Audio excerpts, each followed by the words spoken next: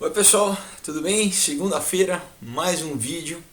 Hoje é um vídeo especial porque eu vou falar sobre profecia, né? Sobre o que a gente está vivendo exatamente hoje, dia 14 de maio de 2018. Completam 70 anos da formação do Estado de Israel, tá? O Estado de Israel foi fundado, né? Foi renovado, vamos dizer assim, passou a existir novamente no dia 14 de maio de 1948. É, Enfim, para quem gosta de profecia, para quem acompanha a profecia, a gente sempre fica com o olho em Israel, porque Israel marca vamos dizer assim, um calendário profético, né, de Deus. Bom, é só ler na Bíblia, né, ele tem milhares de profecias que estão relacionadas a Israel, né, a Jerusalém especificamente. A gente vai falar delas, né, ao longo aqui do vídeo. Mas essa data, né, a gente está vivendo, enfim, muitas vezes as profecias estão acontecendo e a gente não está percebendo, né? Então, e Deus também ele trabalha sempre com padrões, né, com números, né? Quem também conhece um pouquinho da Bíblia sabe que tem vários números, né? Uma série de números que são que inclusive tem significados específicos, né? 7 é o número da completude, enfim, né? A gente está ligado nisso, né? 5 o número da graça, 6 o número do homem, né?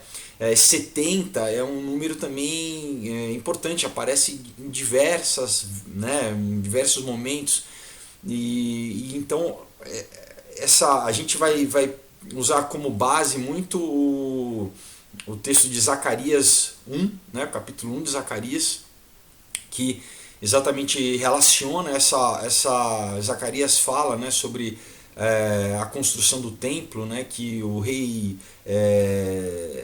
Ciro, né, ele depois que, olha só, 70 aparecendo de novo, né, Israel ele foi preso, né, foi levado à Babilônia e ficou 70 anos na Babilônia como escravo, né, foi conquistado por Nabucodonosor. O livro de Daniel principalmente, né, mostra bastante isso. E depois, né, o rei persa, né, ele era da Pérsia, o Ciro, ele autoriza novamente que o povo construa um novo templo, o segundo templo, né? Então a gente vai ler muitos teólogos atuais, não só teólogos, mas o próprio Benjamin Netanyahu, né, que é o primeiro-ministro de Israel, comparou Trump a Ciro, né, pelo fato do Trump ter tá agindo, né, de uma maneira assim super favorável a Israel, né, inclusive de hoje, né, inaugura hoje, dia 14 também, inaugura a embaixada, né, em Jerusalém. A embaixada era em Tel Aviv, né, e a embaixada foi movida para Jerusalém. Qual que é a importância disso, né? O fato é que é um reconhecimento mundial, né, que Jerusalém é a capital de Israel, né? É, Geralmente, né, as embaixadas ficam nas capitais, então isso é um reconhecimento mundial que Jerusalém é a capital de Israel, né? Não sei quem acompanha essa questão política toda, mas enfim, em 1967, na guerra dos 6 dias, né, Israel capturou Jerusalém, porque apesar de o Estado de Israel ter sido fundado em 48, a cidade de Jerusalém não estava sob domínio do Estado de Israel. Ele pertencia aos palestinos, né? E daí você teve essa guerra que durou 6 dias, que enfim tem vários relatos de como meio que milagrosos, né? Meio não, enfim, você tem uma ótica histórica, mas você tem essa ótica de uma intervenção de como que um país pequeno na época, Israel, conseguiu lutar contra o Egito, contra a Síria, contra, né, a Jordânia e vencer eles, né, nessa guerra. E eles capturaram, né, Jerusalém, né? Jerusalém passou a fazer parte do Estado de Israel. Claro, você tem um lado do zionismo, né? Se ninguém ouviu falar desse termo, né? Que é um termo político, né? Que são judeus que têm procurado estabelecer o Estado de Israel por uma série de interesses, tem o interesse de banqueiros atrás, tudo bem. né, a gente sabe que, como qualquer povo, você tem uma parte dos judeus, né, que apesar de serem povo escolhido, que, bom, nem precisa começar, só na Bíblia, né, Jezabel era judia, né, Acabe era judeu, enfim, tem milhões de reis judeus que não cumpriam a vontade de Deus, e por isso que Deus mandava os profetas, exatamente para fazer, afinal eles eram um povo escolhido, né, um povo que deveria dar bom exemplo, né, para as outras nações de como se relacionar com Deus, e muitas vezes eles falhavam. Então a gente tem, né, e tanto que em Apocalipse também tem, né, Jesus fala sobre a sinagoga de Satanás, né, quer dizer, como muitas vezes os judeus podem ser usados, né, quer dizer, uma parte dos judeus, né. Na verdade, isso quer dizer o quê? Que independente de você ser judeu ou não, né, o teu coração, né, como Paulo fala depois, né, o importante é a circuncisão do coração, né? Você ser judeu, vamos dizer, espiritualmente, né, que a igreja passou a ser, quer dizer, todo mundo agora, ele, né, são, enfim, são os filhos né, nós somos por eleição, né, enfim, tem uns termos bíblicos assim, não sei quem não entende muito, mas eu vou, como sempre, né, vou começar com um textinho que eu tinha escrito, na verdade, há alguns anos, falando mais sobre os ciclos de Deus, né? Como Deus ele usa, na verdade, o tempo. Né? Você tem duas palavras em grego para tempo. Você tem uma que é cronos, que é, né, onde a gente tira a palavra cronológica, né, cronologicamente, cronômetro, né? Enfim, esse tempo físico que a gente vive, esse é o tempo cronos, mas tem um tempo espiritual, que é o tempo onde Deus opera. Quer dizer, Deus opera nos dois, mas o tempo cronos ele está subjugado ao tempo kairos, né? Kairos é esse termo grego para esse tempo espiritual, e Deus está fora do tempo, né? Deus é um ser eterno e ele vê a nossa história, né? Nós estamos aqui vivendo em três dimensões mais o tempo, que meio que vira a quarta, né? Pegando um pouquinho da física, mas então a gente experiencia tudo nesse fluxo temporal, né? Enfim, dia, noite, né? Cada ano vai se passando. E isso é marcado pelo quê? Isso é marcado basicamente pelo Sol, né? O Sol que marca, né? O que é dia, o que é noite, isso faz um dia, o Sol marca as horas, né? Então, e quando a gente lê em Gênesis, está escrito que o quê? Que Deus fez os luminares, né? O Sol e a Lua, e as estrelas, as constelações, tudo isso também, para quê? Para marcar o sinal dos tempos, né? Então, basicamente é como se fosse um relógio cósmico, né? Que a gente vive, né, nesse mundo material que a gente está inserido. Só que Deus, como ele é o criador de tudo isso, ele está fora né, desse mundo material. Ele intervém como ele quer, como lhe apraz, né? Mas ele está fora. Então ele está nesse tempo kairos, que é o tempo sobrenatural. Por isso que o tempo de Deus é diferente do nosso tempo, né? Que muitas vezes a gente tem dificuldade de lidar com o tempo, né, com a espera, enfim. Na Bíblia tem milhões de passagens, né, sobre isso, sobre o tempo de Deus e sobre como a gente tem que se adequar a isso, mas de qualquer forma a gente tem que ficar atento, né? Jesus falava, né? Ele repreendia, né? Bom, eu vou começar a entrar aqui, né? Eu escrevi isso em 2015 falando sobre o Shemitah, que é um ciclo de 7 anos, né? Da mesma forma como a semana tem 6 dias e um dia para descanso, né? Para os judeus no Antigo Testamento, que era uma sociedade agrícola, eles tinham que plantar durante 6 anos, e no 7º ano era um ano de descanso, né? Era um ano que não se plantava, tá? Inclusive o motivo deles terem sido levados para a Babilônia foi porque eles não descansavam a terra, tá? Isso parece para a gente que é uma sociedade, né, tecnológica, hoje em dia parece meio, né, não tem muito senso, mas para Deus tudo está conectado, tá? As festas judaicas, tudo, né? E daqui a pouquinho a gente vai entrar um pouco mais nisso também, para vocês verem como Deus ele trabalha em vários níveis, né? Uma forma holística, né? Deus trabalha com tudo. As festas judaicas eram representações das mudanças de tempo, das mudanças de estação e de como Deus operava, né? Então, desde, né, enfim, festa dos tabernáculos, né? Primeiros frutos, que na verdade é Pentecoste, né? Que a gente lê em Atos, né? A palavra Pentecoste é grego para essa festa que é Shavuot, né?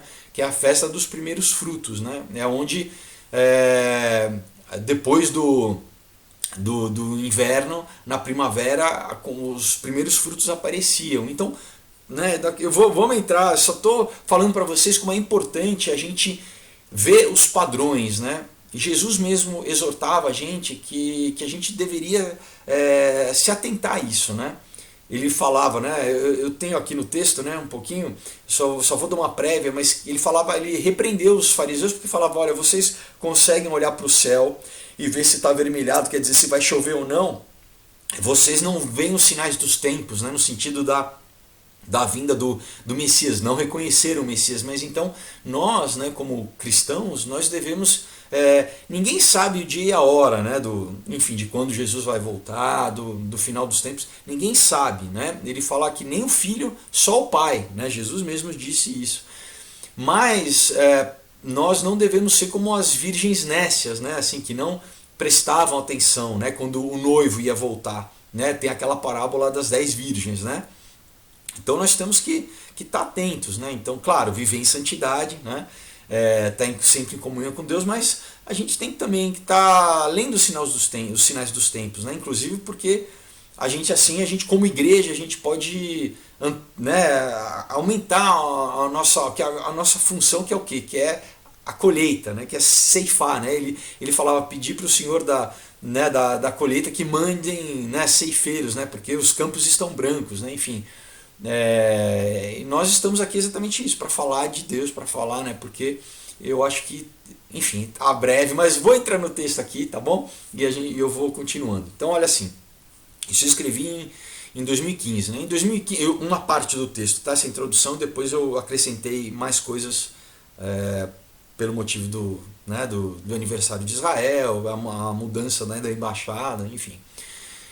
2015 está sendo um ano especial em termos de profecias bíblicas, principalmente por culminar em 3 fatores que alguns cristãos já estão familiarizados, mas que muitos ainda não ouviram falar. Como em Mateus 16, versículo 3, e em Lucas, capítulo 12, versículo 56, Jesus repreende os fariseus por não discernirem os tempos, né, o que eu acabei de dizer.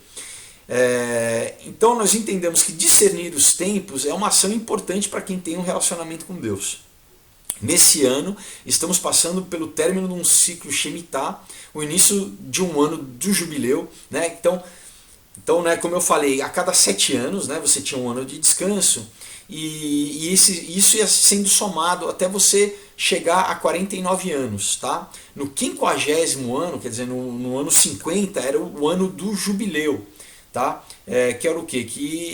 Por exemplo, se eu tinha um escravo, esse escravo podia ser libertado, tá? Em 50 anos, a não ser que ele quisesse continuar sendo escravo, né? Às vezes ele, né, tinha uma certa comodidade, né? Era meio que fosse um empregado, ele gostava da casa e tal, e o que? Eles faziam um furo na orelha dele, então ele dizia que assim, não, ele por livre e espontânea vontade, ele preferiu continuar sendo escravo dessa família, vamos dizer assim, né?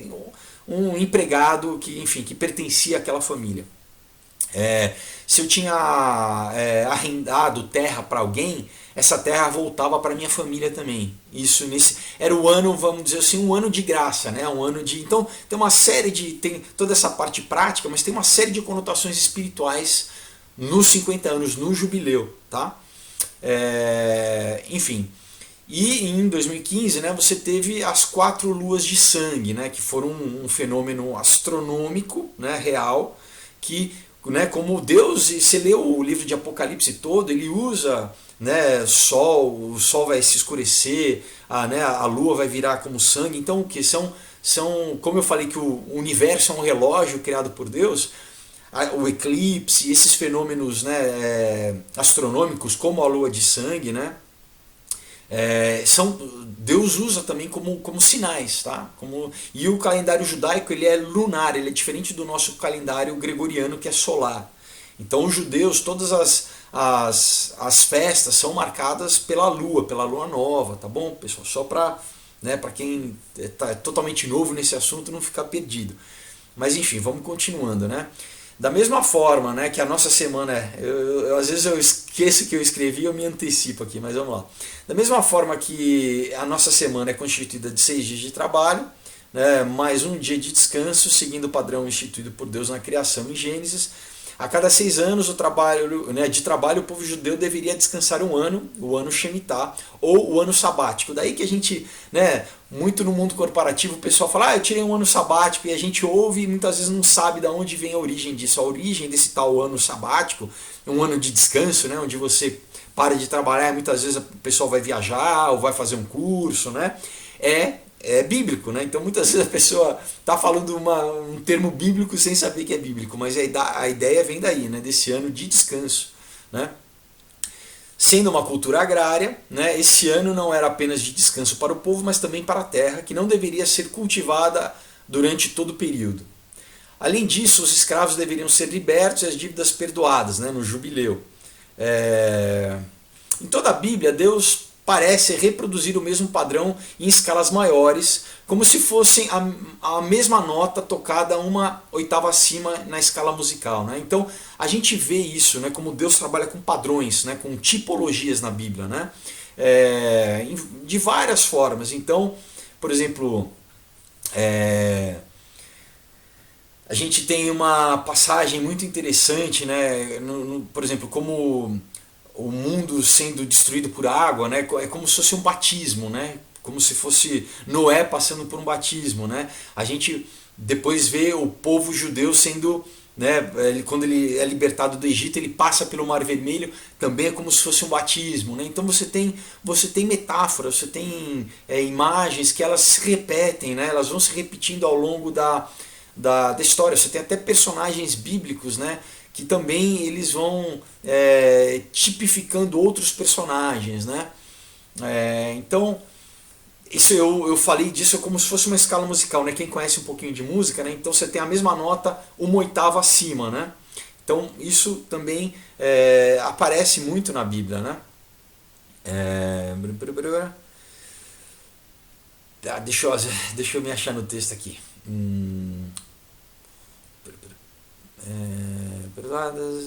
Descanso. Tá. Se no dia do Shemitah os judeus têm que descansar e buscar a Deus, se no dia do Shabá, que é o sábado, né, a semana termina no sétimo dia, que é para os judeus, que é o sábado, que é o Shabá, e domingo é o primeiro dia da semana, na verdade, né? A gente, o nosso primeiro dia é segunda, né? Mas segunda já vem o nome, que é o segundo dia da semana, né? Então, para os judeus o primeiro dia é domingo, tá? E o segunda-feira é o segundo dia, né? Para nós, né, domingo passou a ser o primeiro dia da semana também, mas eu digo comercialmente, né, de trabalho, de tudo, meio que a nossa semana começa na segunda-feira ao invés de domingo, mas na verdade domingo é o primeiro dia da semana, né? Então, se no dia do Shabá os judeus têm que descansar e buscar a Deus, né, no Shemitah, no ano, né, no sétimo ano, eles deveriam fazer a mesma coisa, né, mas durante o ano inteiro, né? Isso envolvia muito planejamento durante os 6 anos anteriores, né? Que eles tinham que ter fé, porque eles falavam, né, a lógica era essa: durante 6 anos a gente colhe, né, a gente guarda, porque a gente sabe que vai ter um ano que a gente não vai trabalhar e essa nossa reserva vai ter que durar esse ano pra gente, né? Então envolvia a fé também, né, da gente, né, deles crerem de que Deus ia suprir. Claro que eles tinham que cumprir a parte deles, né, de trabalhar e guardar, e que esse ano sabático ia ser um ano de consagração a Deus, né, e de descanso, né? Nos anos, né, anteriores, Deus dava uma porção, né, ia acrescentando para que eles tivessem o suficiente para viverem durante aquele ano, e sempre guardando um pouquinho para o ano, né, para o ano sabático, o ano do Shemitah. Não obedecer ou não essa ordenança determinava bênção ou maldições sobre o povo, né? Desobediência à lei Shemitah trouxe o julgamento de Deus ao longo da história de Israel, né? Êxodo 23, capítulo 23, 10, 11, né? Versículos 10 e 11. 2 Crônicas 36, versículo 20 e 23. Tendo como o cativeiro babilônico, né, que eu falei aqui, que não é por acaso que eles ficaram 70 anos, né? Esse foi talvez o maior exemplo dessa disciplina de Deus contra o povo judeu, né? Então eles, por essa desobediência de não terem cumprido, né, Isso era um mandamento, né? Da lei mosaica, né? Além dos 10 mandamentos, que é o decálogo, eles tinham 603 leis, né? Que tinham que ser cumpridas, né? Tem um rabino que eu acompanho, né, que eu gosto do trabalho dele, um rabino messiânico chamado Jonathan Cahn, né? Ele escreveu um livro chamado The Harbinger. The Harbinger em inglês quer dizer mais ou menos como o sinal, né?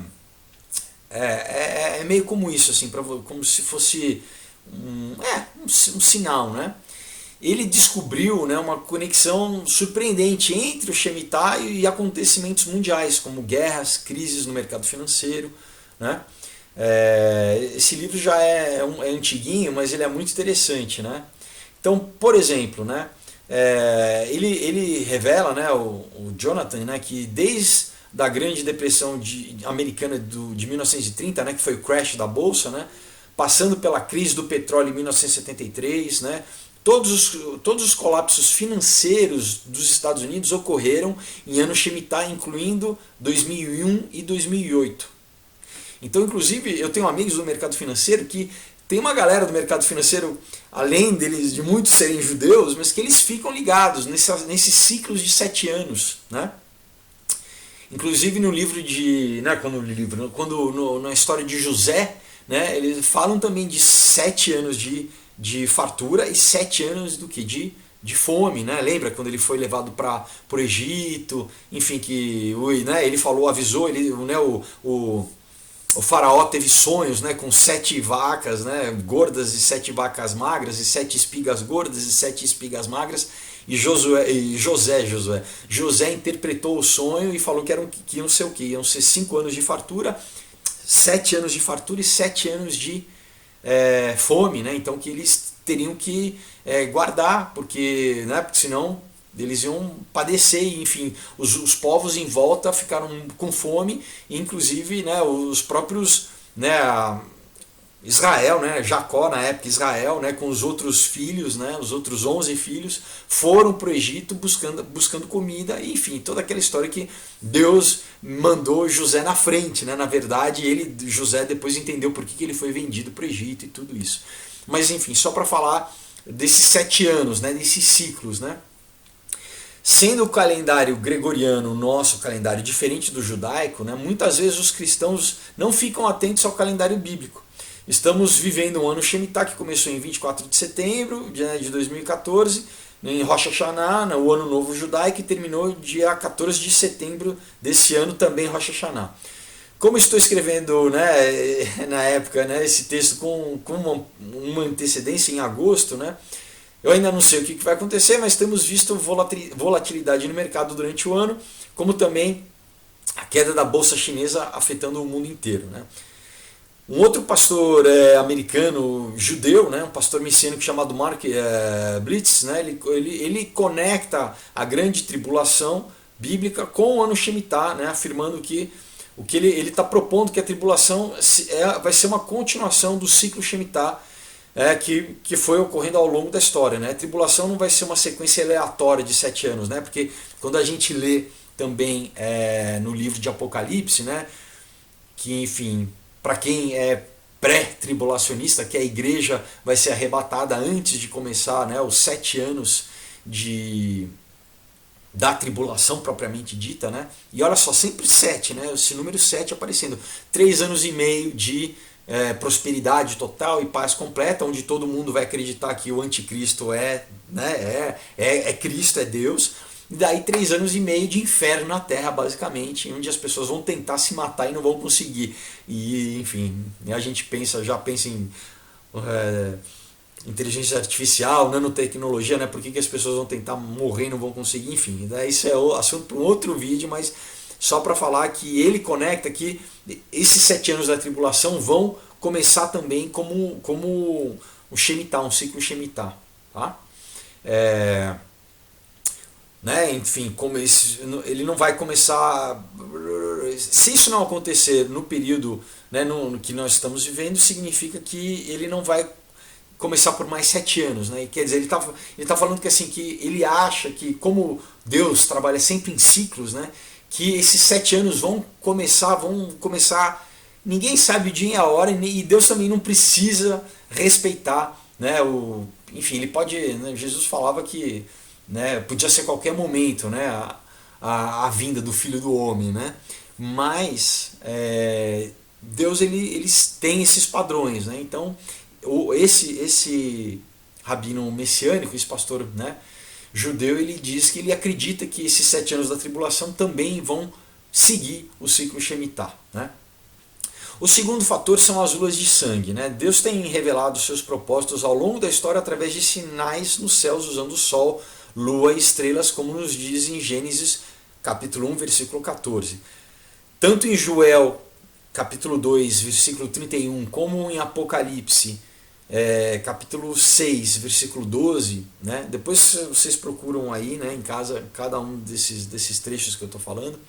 A Bíblia nos fala, né, do sol se tornando negro e da lua se tornando sangue. Quando um eclipse lunar total faz com que a lua apareça avermelhada, 4 vezes seguidas em 2 anos, concomitantemente caindo em festas judaicas, temos um fenômeno raro chamado tetrade, né, que são essas 4 luas de sangue, né, em sequência caindo em festas judaicas, né? Quer dizer, isso se você for fazer uma conta aí de probabilidade é bem raro, tá? Em 2014 tivemos a primeira lua, né, desse fenômeno no dia 15 de abril de 2014, durante a Páscoa, e a segunda no dia 8 de outubro de 2014, durante a festa dos tabernáculos.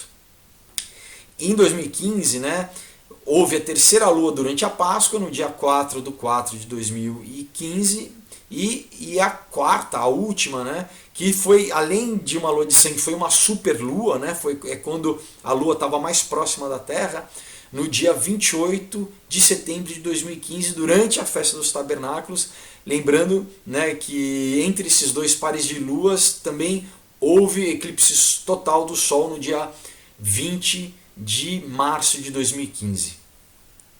O fenômeno das luas de sangue está ligado a datas importantes ao longo da história judaica, como, por exemplo, em 1492, a expulsão dos judeus na Espanha. Tá? Em 1492, a princesa Isabela de Castilha, se não me engano, a princesa espanhola, decretou que os judeus tinham que ser expulsos da Península Ibérica, né, lá da Espanha, e que era um dos grandes, né, uma das maiores concentrações de judeus, porque a gente tem em 70 depois de Cristo, né, no ano 70 os romanos destroem o templo, né, o segundo templo, e depois você tem no ano 166 uma outra revolta, tá? Que os romanos, aí tem uma diáspora, né, que é chamada, tem essa grande dispersão dos judeus, que eles saíram, né, do território que hoje é Israel, para países do Oriente Médio, para o norte da África, né, para o Marrocos, né, e foram também para a Europa, e muitos foram para Espanha e Portugal, por isso inclusive que, né, a gente tem no Brasil um grande número de pessoas que estão descobrindo que tem raízes judaicas, né, que são cristãos novos, né, que eles tiveram que se converter ao cristianismo, né. Tem né, então estou falando aqui das luas de sangue, a declaração, né, do Estado judeu em 1948 também, você tem a marca, uma lua de sangue, e da Guerra dos 6 Dias em 1967. É claro que devemos ter cuidado, né, para não fazer nenhuma especulação a respeito desses fenômenos como sendo algo diretamente ligado ao fim dos tempos, mas nós devemos ficar atentos aos sinais dos céus, como a tribo de Issacar, né, que eram entendidos nas ciências dos tempos, né? Quando a gente lê, né, que Israel, né, ele quando ele está para morrer, ele chama os filhos e ele profetiza sobre cada filho, né? Os nomes, né, judaicos, na verdade todos os nomes têm significados, né, mas os judeus eles se importam até hoje muito com isso, e principalmente antigamente cada nome ele atribuía uma série de qualidades, vamos dizer assim, ou até mesmo defeitos para aquele filho, né? A gente lê isso ao longo da Bíblia. Então, por exemplo, a tribo de Issacar era, e daí Israel, né, Israel, quando eu falo não a tribo, mas o personagem bíblico, né, Jacó, que virou Israel, ele vai falando para cada filho, né, o que cada filho é, o que ele representava e meio que o papel que ele ia exercer, né, com as outras 12 tribos, né, cada um ia ter um papel, vamos dizer assim. Por exemplo, a tribo de Levi viraram os levitas, que eram o quê? Eram sacerdotes, né? Eles só era uma tribo exclusiva de sacerdote, né? A tribo de Judá era uma tribo que de reis, né? de governantes. Então cada tribo tinha, né, basicamente assim, uma função para exercer, e a tribo de Issacar era essa tribo que, né, ela tinha que ser entendida nas ciências dos tempos, né? Eles, então, basicamente, uma tribo que tinha que ficar lendo, né, os sinais dos tempos, meio que ficar ligado aos movimentos que Deus estava fazendo ao longo das dispensações, né, das temporadas. Né? Isso está em 1 Crônicas 13:32, né? Bom, o terceiro fenômeno, né, que eu falei aqui é o ano do jubileu. Né? Segundo a lógica do Shemitah, depois de 7 ciclos de 7 anos, né, correspondendo a 49 anos, né, o ano seguinte, ou o 50º ano, seria o ano do jubileu. Então, olha como, né, Deus é tudo perfeito. Né? Então, depois de 7 semanas de anos, vamos dizer assim, né, de 7, você tem 7 anos, 7 anos, 7 anos, 7 anos, 7 anos, 7 anos, 7 anos, o que dá 49, né, 7 vezes 7, o 50º ano era o ano do jubileu, era esse ano que, como diz, né, em Levíticos 25, era um tempo que, além de todos os escravos serem libertos, os presos soltos, as dívidas eram perdoadas, né, as terras voltavam aos seus proprietários originais. Era um ano da graça manifesta em Israel. Então a gente já vê, né, no Velho Testamento, né, uma tipologia do Novo Testamento, né, da graça de Deus sendo manifestada. Né? Apesar deles viverem na antiga aliança, que era a aliança da lei, né, da lei judaica, mosaica. Né? A palavra jubileu vem do hebraico yovel, né? Faz uma referência ao carneiro cujo chifre foi usado para anunciar o ano da graça. Né? Então, né, o chifre do carneiro, né, eles tiravam e faziam o que? O shofar, né? Que é tocado em todo, né, no Israel, todo Shabá, né? Quando o sol cai na sexta-feira, que é o início do Shabá, é tocado o shofar, né, para sinalizar que começou, né, o dia de descanso. Né? E isso também, né, esse shofar, né, ele é sempre tocado. E tem uma coisa também do carneiro, que, enfim, que a gente vai ligar depois a Jesus, a Páscoa. Né? Deus sempre trabalha com símbolos e com padrões. Né? Enfim, alguns estudiosos dizem que Yovel, né, essa palavra em hebraico, vem do verbo hebraico trazer de volta, tá? Pois os escravos voltavam ao seu estado anterior de liberdade, não sendo mais servos dos homens, e sim apenas de Deus. Né? Eles, né, serviam só a Deus. É o fechamento de um ciclo que muitas pessoas só experienciavam uma vez na vida. Né? Afinal, 50 anos, né? Então se o cara nasceu escravo, 50 anos, daí ele tinha essa oportunidade de ser um cidadão, né? um cidadão livre. Né?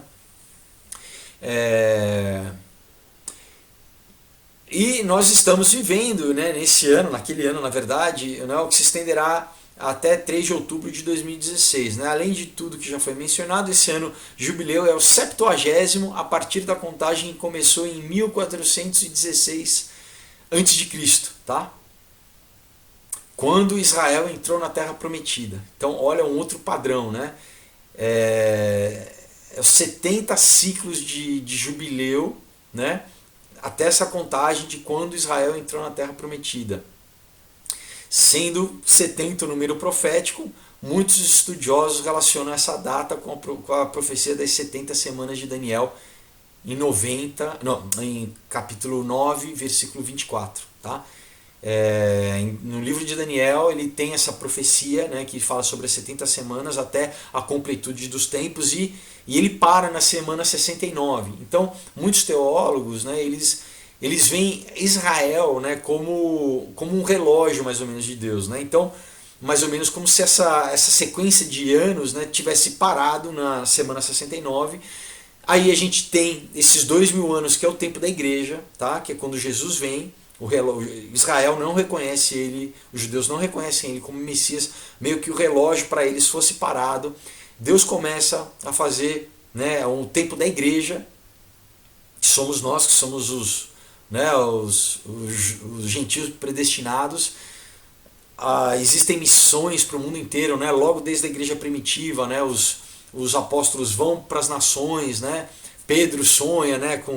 Enfim, para quem não conhece, talvez pode ser um pouco críptico o que eu estou falando, mas você tem o que? Você tem a partir de Jesus, a gente tem um tempo que é o que a igreja cristã basicamente está falando, né? Para o mundo inteiro, está evangelizando, está buscando, né? Falando que, enfim, que essa salvação ela é para todos, está disponível para todos. Mas enfim, esse tempo da igreja ela vai terminar também, né? E exatamente para quem acredita, né, nessa teoria do pré-tribulacionismo, né, que o que marca, né, o fim do tempo da igreja, da dispensação da igreja, é o momento em que a igreja é arrebatada, tá? Ela vai para o céu, vai encontrar Jesus, né? Aí isso descreve bem Apocalipse, esse encontro, né? E o relógio volta a correr para Israel, e só que daí o que? Aí eles vão perceber que Jesus é o Messias, né? E aí realmente eles vão perceber, enfim, daí tem os 144 mil testemunhas, né? É muita coisa para falar num vídeo só, mas enfim, eu estou tentando, né, dar um resumão aqui. Mas vamos lá, né? Então, assim, olha, a gente está falando aqui, né, de 70, do número 70, né? 70 foram os anos que Israel ficou capturada na Babilônia. Daniel profetizou sobre as 70 semanas e hoje, dia 14 de maio de 1918, o Estado de Israel completa 70 anos, né? Então, né, como eu falei antes, né, a gente não vamos deixar de lado um pouco o movimento zionista, né? A gente pode falar da Declaração de Balfour em 1918, antes, né, no final da Primeira Guerra Mundial, que esse Lord Balfour, que era um inglês, ele disse que a Palestina, que aquele lugar, ele ia voltar a ser o Estado de Israel. Só para vocês terem uma ideia, pessoal, é basicamente como se o Brasil tivesse deixado de existir, como Israel, como uma nação, deixou de existir, e ficou meio que 2000 anos sem existir. Como se brasileiros fossem espalhados pelo mundo inteiro. A gente mantivesse a identidade cultural do brasileiro, falar, não, nós somos brasileiros, mas a gente não tivesse mais localidade física, mais estado, né? Mais o nosso país geograficamente, nosso território, né? E do nada, de repente, voltasse. Então isso biblicamente tem uma grande importância, tá? Isso realmente é como você tem a profecia, né, de que em Isaías 66:8, né, poderia uma nação nascer em um dia. Isso é muito profético. Outra profecia é do Vale de Ossos Secos, né, quando do nada volta à vida. Então o Estado de Israel do nada voltou a existir. Você tem então em 1918 essa declaração do Lord Balfour, né, falando sobre o Estado de Israel, mas ele só se cumpriu em 1948, né, que do nada, então, né, os próprios israelitas veem como um milagre, né, porque do nada, e tem várias profecias, né, que falam que o povo voltaria, né, então eles, Eliad, se não me engano, tem um termo em hebraico que representa isso, que é a volta dos judeus, o retorno dos judeus para a terra, né, para o Estado de Israel, né. Em 1948, com a fundação do Estado de Israel, desculpa. Em 1948, com a fundação do Estado de Israel, depois de quase 2000 anos, né, se cumpre as profecias de Ezequiel 36, né, então leia aí Ezequiel 36, né, dia 14 de maio, né, que, olha só pessoal, nós estamos nesse mês do Shavuot, né, que eu falei antes, né, que daqui a pouco eu vou entrar. Jesus profetizou que a geração que vê o retorno das folhas na figueira seria a geração que veria o retorno do Filho do Homem. Então, de novo, não quero botar uma data, não quero, né, falar, mas tem sinais, porque Jesus falava que a geração que veria as folhas voltando à figueira, não sei se vocês sabem, a figueira é o símbolo de Israel, tá? É a árvore que é símbolo do Estado de Israel. Então, as folhas, o povo voltando para a árvore, seria a geração que veria o retorno do Filho do Homem. Pode ser hoje, pode ser amanhã, pode ser daqui a 5, 10, 15, 20 anos, 70 anos, pode ser. Mas enfim, isso Jesus falou, ele falou que a geração que visse as folhas voltando para a figueira seria a geração que veria o retorno do Filho do Homem. Estou te passando a informação, guarda ela no seu coração, interpreta como você quiser, mas eu acho que é importante a gente estar ligado. Olha lá, Zacarias 1, tá? O livro de Zacarias, capítulo 1, mostra várias coisas profeticamente. Tá? Como eu disse antes, o Trump tem sido comparado, né, por vários teólogos ao rei persa Ciro, que autoriza a construção do segundo templo. Não só os teólogos, mas o primeiro-ministro, né, de Israel, Benjamin Netanyahu, disse em março desse ano, né, ele disse, eu peguei a fala dele aqui, né, ele falando, né, quero lhe dizer que o povo judeu tem uma... Isso foi quando ele visitou a Casa Branca, tá, o Benjamin Netanyahu. Quero lhe dizer que o povo judeu tem uma longa memória, por isso nos lembramos da proclamação do grande rei Ciro. O grande, né, rei Ciro o Grande, o rei persa que há 2.500 anos proclamou que os exilados judeus na Babilônia poderiam voltar e reconstruir nosso templo em Jerusalém.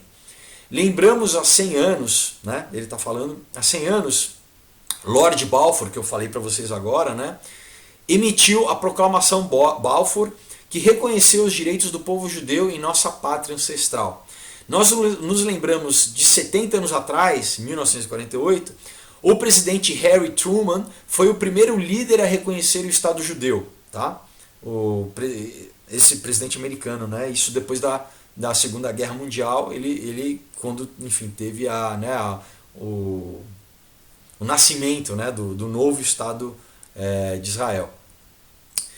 E nos lembramos de como, algumas semanas atrás, o presidente Donald J. Trump reconheceu Jerusalém como a capital de Israel. Senhor presidente, isso será lembrado pelo nosso povo através dos tempos. Né? Fecha aspas, essa foi a declaração que o primeiro-ministro de Israel fez ao Trump. Então, olha só como tem uma aceleração, pessoal. Não sei se vocês acompanham politicamente, também tem uma aceleração.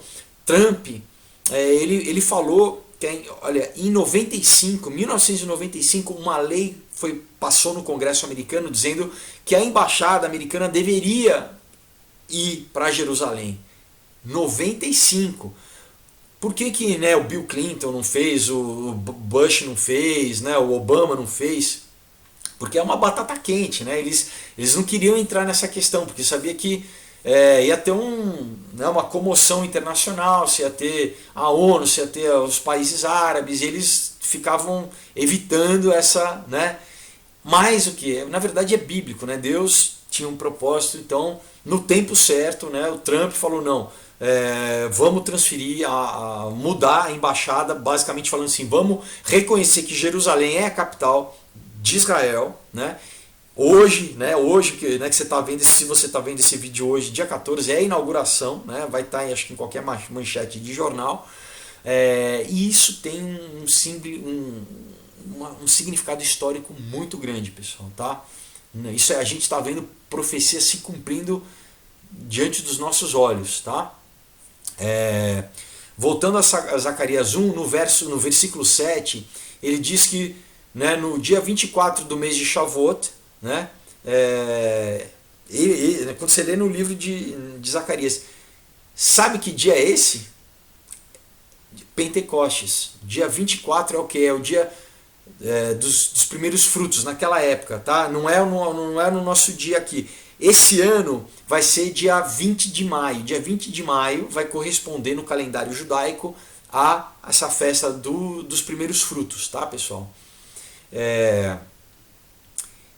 Esse ano vai ser no dia 20 de maio, como eu falando. Continuando, né, o versículo que era o versículo diz que era o segundo ano da administração. Esse é o segundo ano da administração do Trump. Pode ser coincidência, pode ser. Mas eu acho impressionante essas coisas, sabe? Como uma profecia feita, né, há quase 3.000 anos tem um paralelo agora, histórico, né?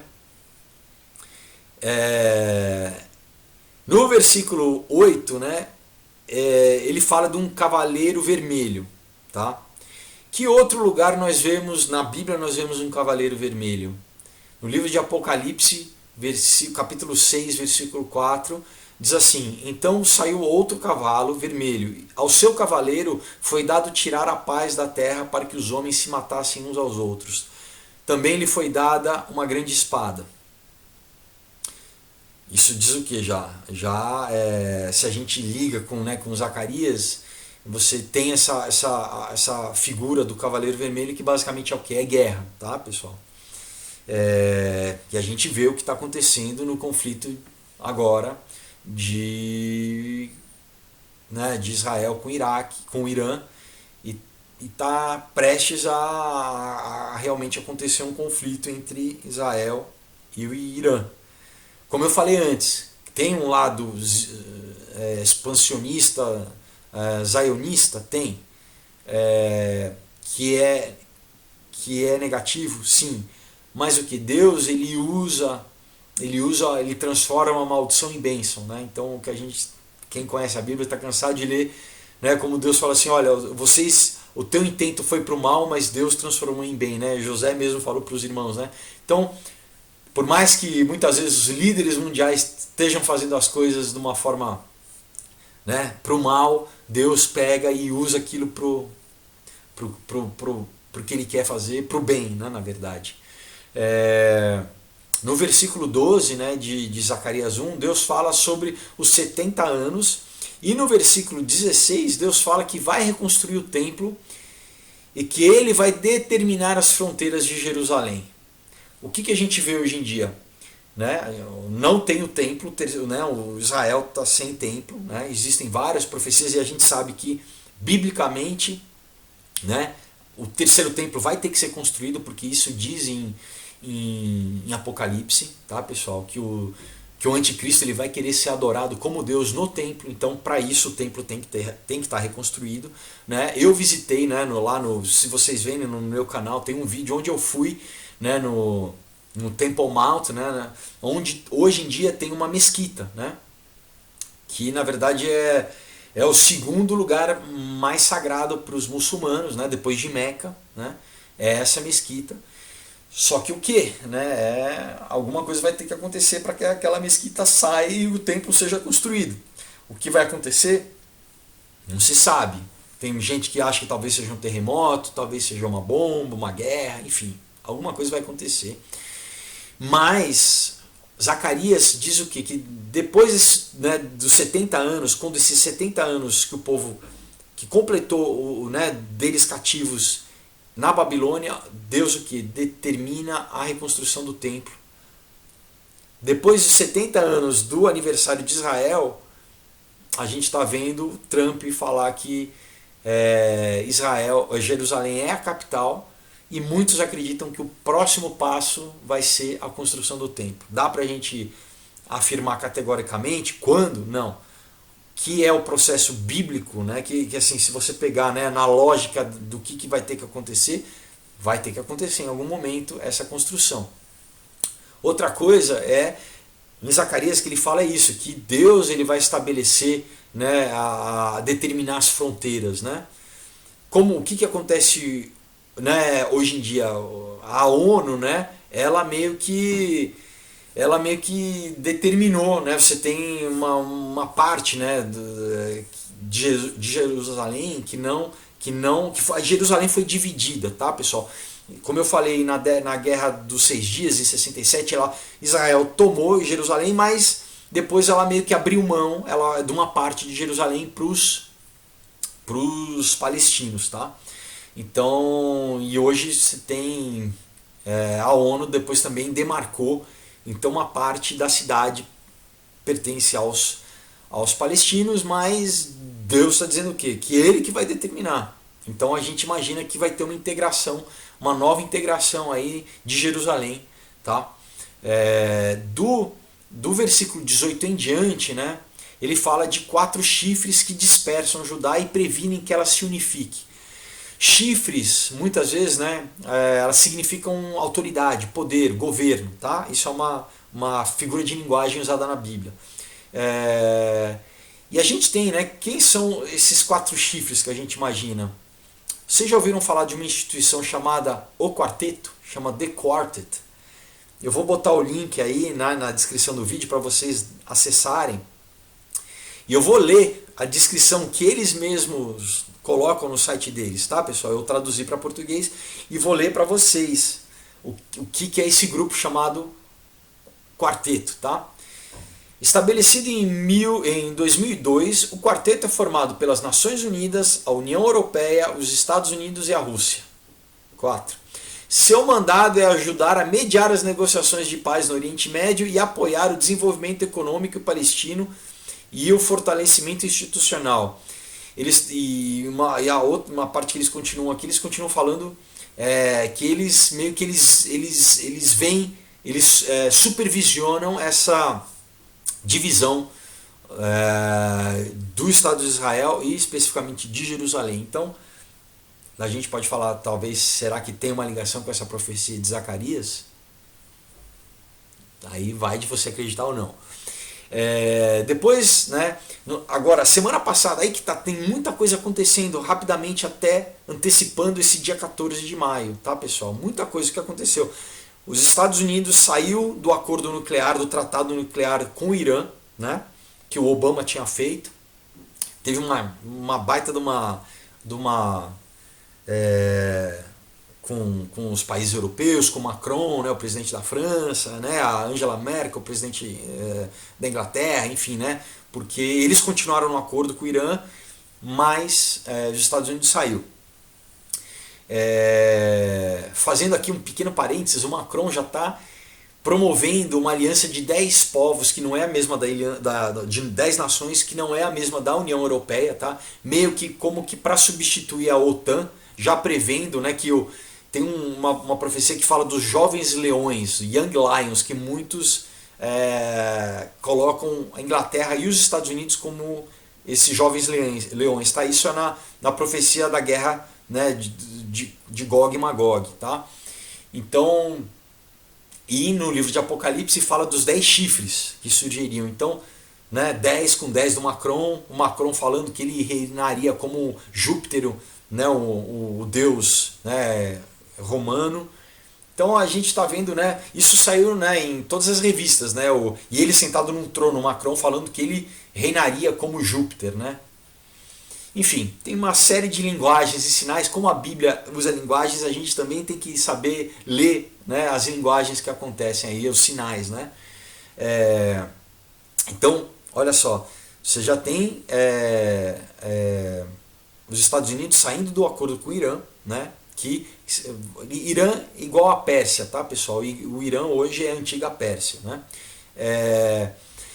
Em Isaías 17, né, fala sobre a destruição de Damasco na Síria, né, que provavelmente vai ser o catalisador que vai levar a essa profecia de Ezequiel, tá, que é a profecia, né, da aliança entre a Rússia e o Irã atacando com arma nuclear, né, a Israel, tá, que é a guerra de Gog e Magog. Só para falar, né, da destruição de Damasco, Damasco é a cidade mais antiga que nunca foi destruída até hoje, tá, pessoal? É a cidade, há 4.000 anos Damasco nunca foi destruída, e essa profecia em Isaías 17 diz que vai ser destruída, tá? E a gente está vendo as coisas meio que caminhando para isso. Jerusalém, por exemplo, foi destruída algumas vezes, né? Foi destruída e foi reconstruída. Então, voltando, né, Ezequiel 38, né? Então tem essa aliança da Rússia e do Irã, tá? Vindo atacar Israel, né? No versículo 13 diz assim: Sabá e Dedã e os mercadores de Tarsis e todos os seus povoados dirão a vocês: você veio para tomar despojos, né? Sabá e Dedã são os nomes antigos da atual Arábia Saudita, tá, pessoal? Para quem também não entende muito bem o que está acontecendo geopoliticamente, o que está acontecendo no conflito, né, do Oriente Médio, você tem desculpa, você tem basicamente dois blocos, né? Porque tem, claro, que tem petróleo, né? Inclusive, né, em inglês, despoil, né? Se você tira a letra o D e o sobra oil, né? Então tem um trocadilho que o pessoal brinca. Mas então você tem assim os Estados Unidos, que estão do lado da Arábia Saudita, que são sunitas, né? E você tem o Irã, né, que junto com a Síria e né, que são xiitas, tá, pessoal? Então você tem uma briga ferrenha entre a Arábia Saudita e o Irã. Não é só os Estados Unidos e a Rússia, mas você tem mesmo lá no Oriente Médio a Arábia Saudita e o Irã combatendo, né? Inclusive a Arábia Saudita agora está em guerra com o Iêmen, né? Eles invadiram o Iêmen também, uma questão estratégica ali, se vocês verem no mapa, né? Vou botar aqui para vocês verem, né? Que é flipado. O Irã está aqui está o Iêmen e aqui está a Arábia Saudita, tá? Então tem uma coisa que eles chamam proxy war, né? Que é uma, né? O Irã está meio que apoiando, né? O Iêmen e, enfim. Mas isso aqui eu posso fazer um vídeo para você só falando, né, dessa profecia de Gog e Magog, mas então ele diz dessa aliança da Rússia e do Irã, né, do outro lado você tem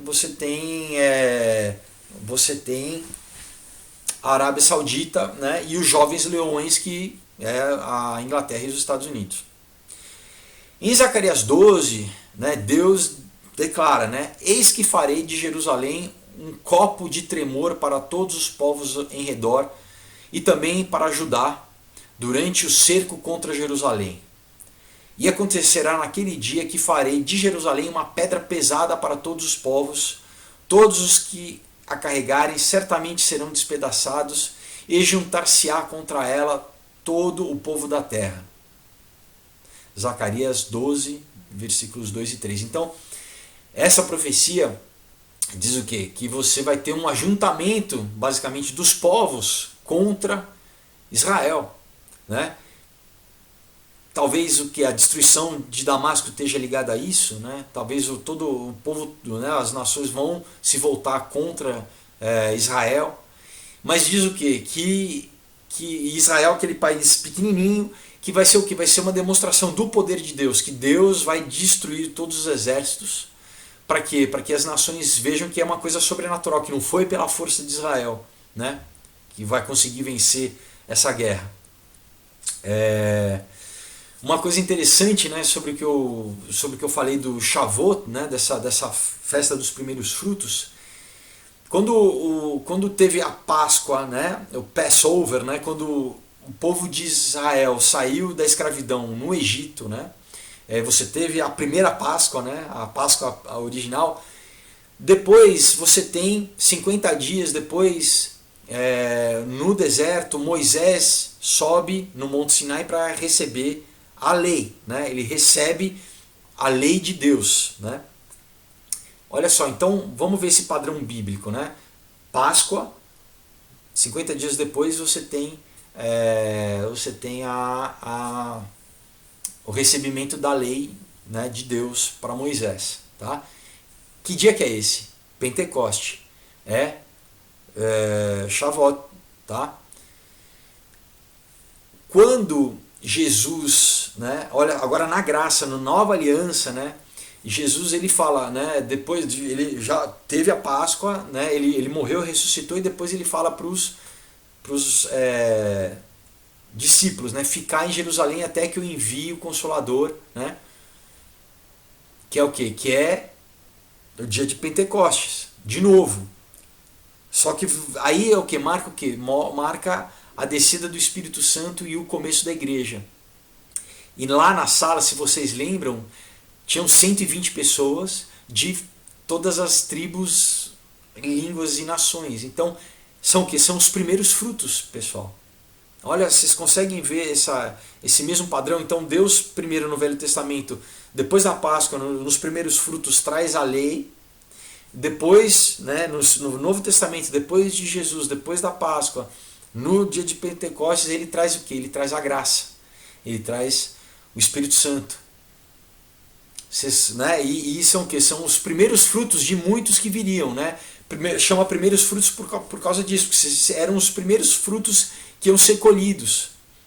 Então, aquelas primeiras pessoas de várias tribos, línguas e nações, não só mais judeus, eles eram os primeiros frutos de todos os povos que iam ser, ia ser a colheita, né? Que nós estamos vivendo ainda nesse tempo de colheita. Né? Então olha que bonito, né, pessoal, como eu falei, né, como Deus ele opera as coisas através de milhões de coisas simultâneas, né? E como em hebraico, né, a palavra para espírito é ruach, né, que é a mesma palavra para vento. Até se você falar ruach, né, parece ruach. E o que? Que era um vento impetuoso, né, que ventou dentro da sala, que ela estava com as janelas fechadas, né? Era o vento do Espírito Santo, era ruach, né? A mesma palavra. Era a mesma palavra que Jesus, né? Que o Espírito, quando ele foi batizado, o Espírito estava sobre ele, que ruach. Era a mesma palavra em Gênesis 1, quando fala aqui, né, que Deus criou também, né, pela palavra, pelo verbo, pelo logos, que é Jesus, né? Mas toda vez que o Espírito se manifesta, né, a ruach, né, que no Velho Testamento ele o que ele estava, né, sobre Davi, por exemplo, né, sobre Moisés, né, era o ruach. E que, por exemplo, quando Moisés diz que está muito cansado, né, ele fala o quê? Que o ruach vem sobre os anciãos. Os anciãos, eles começam a profetizar. Então o que? É a mesma tipologia do Novo Testamento, né, da manifestação do Espírito. Eles começam a profetizar. Né? Enfim, independente do que ocorrer, né, das crises financeiras, desastres naturais, perseguições, nós devemos manter os nossos olhos firmes em Cristo. Né? Como Jesus disse em Mateus 24, capítulo 24, versículos 36, em Marcos, capítulo 13, versículo 32, ninguém sabe o dia certo, né, do seu retorno, ninguém sabe o dia e a hora, nem os anjos do céu, nem o Filho, senão exclusivamente o Pai. Né? Então né, a gente não tem que ficar conjecturando a data exata da sua vinda, mas sim nos arrependermos e nos reconciliarmos com Deus, né, caso a gente esteja afastado, e se não estiver afastado, que a gente esteja só em comunhão cada vez mais, né, buscando comunhão de Deus, mais atento aos sinais. Né? Não sejamos como as virgens nécias que foram encontradas sem azeite, né, que figura o Espírito Santo, né? Mas que nós perseveremos como o apóstolo Paulo, orando, vigiando, guardando o seu retorno com alegria, dizendo: Maranata, vem Senhor Jesus. Amém? Então, enfim, esse vídeo foi especificamente sobre isso, né, sobre essa questão aí das proféticas, né, que a gente está vivendo. Claro que eu estourei, deu mais de 1 hora, mas enfim, é muito assunto, né, pessoal, para cobrir, para falar. Então a gente vai falando aos poucos. Espero que vocês tenham gostado. Desejo uma semana de vitória para vocês, em nome de Jesus, que vocês vejam a graça, o poder de Deus. E se vocês antigamente não ficavam ligados às notícias mundiais, né, com esse olhar espiritual, que vocês passem a ver tudo o que está acontecendo, pessoal. Tudo o que está acontecendo no mundo está culminando para um ponto que a gente sabe qual é, que é o retorno de Jesus. Tá bom, pessoal? Então, vamos ver a história com essa lente, com a lente espiritual, com a lente bíblica, tá bom? Deus abençoe vocês e até semana que vem.